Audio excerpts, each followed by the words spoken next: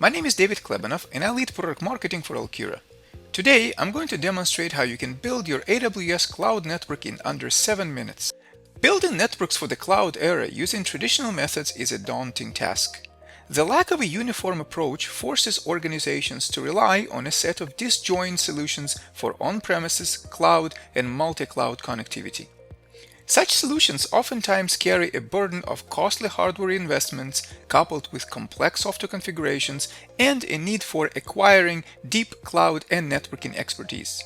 All of this is resulting in a slow service provisioning.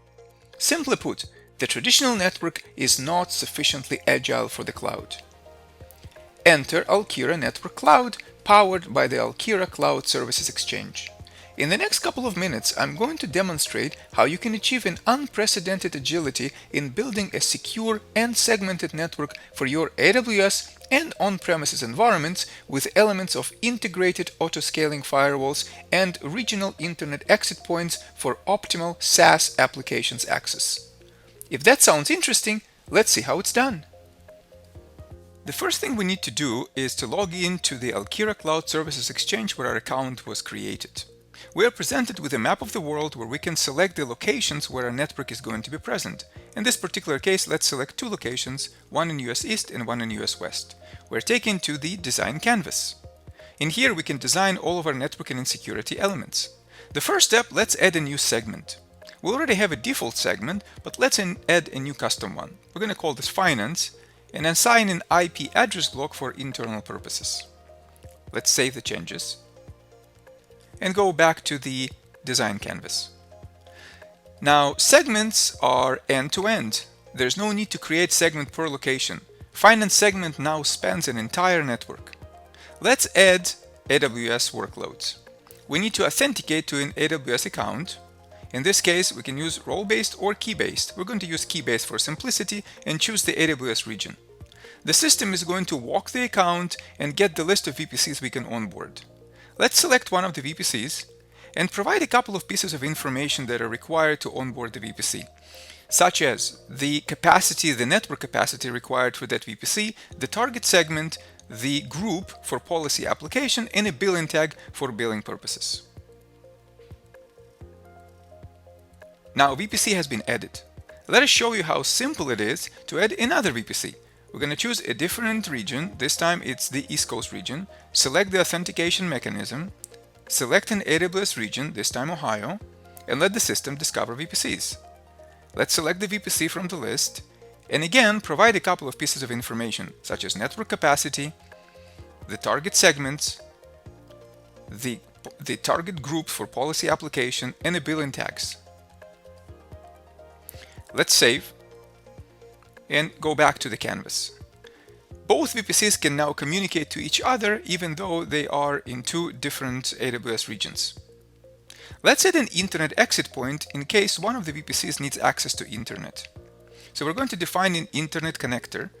In this case, assign it to finance segment because that's where VPCs are, assign billing tag, and save. Now VPCs can communicate to each other and have an internet exit. But what about security? Let's go to the Alkira Services Marketplace and select the Palo Alto Networks firewall. Alkira completely automates the provisioning and lifecycle of the Palo Alto VM series firewalls deployed in the Alkira Cloud Exchange points. Because we'll be using Panorama for management, we need to provide a couple of pieces of information. Auto-scaling is advantageous if the system needs to auto-scale the firewall deployment to accommodate rising and lowering capacity needs for the application traffic. Selecting the VM series type, the software version, and creating the administrative account for those firewalls. For Panorama to successfully manage the VM series firewalls, we need to provide the authentication keys. One key per firewall. Now let's provide a couple of more pieces of information. First is the sizing of the firewalls and the segment where the firewalls are going to be servicing the application traffic along with the management segment. Let's select billing tag for billing purposes and save. Now the firewall has been added to the system, but we have not yet sent any traffic to it. So let's define intent-based policies in order to do that.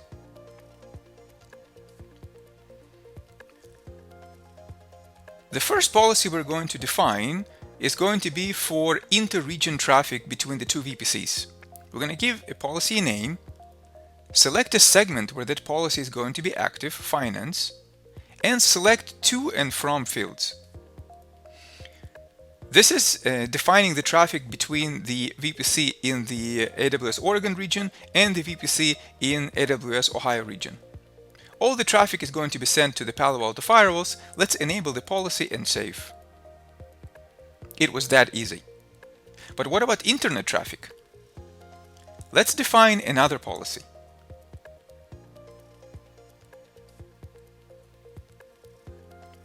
This policy is going to be for the traffic that goes between the AWS VPC in Oregon region and internet. Let's select the segment, both are in finance. Select an AWS VPC in Oregon and internet as from and to. As you can see, the highlighting happens on the left, so you can see which objects are being affected by the policy. In this case, the non-business critical traffic is going to be blocked by the system, and only business relevant traffic is going to be sent to the firewall for a stateful inspection. Now we are back at the design canvas. The cloud is done, but what about an on-premise environment? Things need to connect to the cloud. There are several connectors that we can define on the on-premises side. Let's use IPsec connector. We'll define a new site. This time it's a San Jose site. The San Jose site has a router that terminates an internet connection. We need to define the IP address, the public IP address that router receives on its interface towards internet. The site is important, it has two routers. Let's define a second router and give a second gateway IP address in order for an IPsec to be established. Now routing needs to occur. We're going to use BGP for dynamically exchanging routes between the San Jose remote site and the cloud network. We define the BGP autonomous system, define sizing for how much network capacity is going to be allowed to that site, define the segment we're going to put the site in, and that's it, the site is connected. Now the site can communicate to all of the cloud workloads and the internet. But what about security again? Can we insert security for that communication as well? Of course, let's define a new policy. This policy is going to inspect the traffic from the branch location from San Jose site to both of the cloud workloads in US East and US West regions. It's going to be in a finance segment. The source is going to be San Jose site, and the destination is going to be a group of two cloud workloads, one in the US East, one in US West. We're going to send this traffic to the Palo Alto firewall. Non-business relevant traffic is going to be dropped by the system. Let's save it. We are done.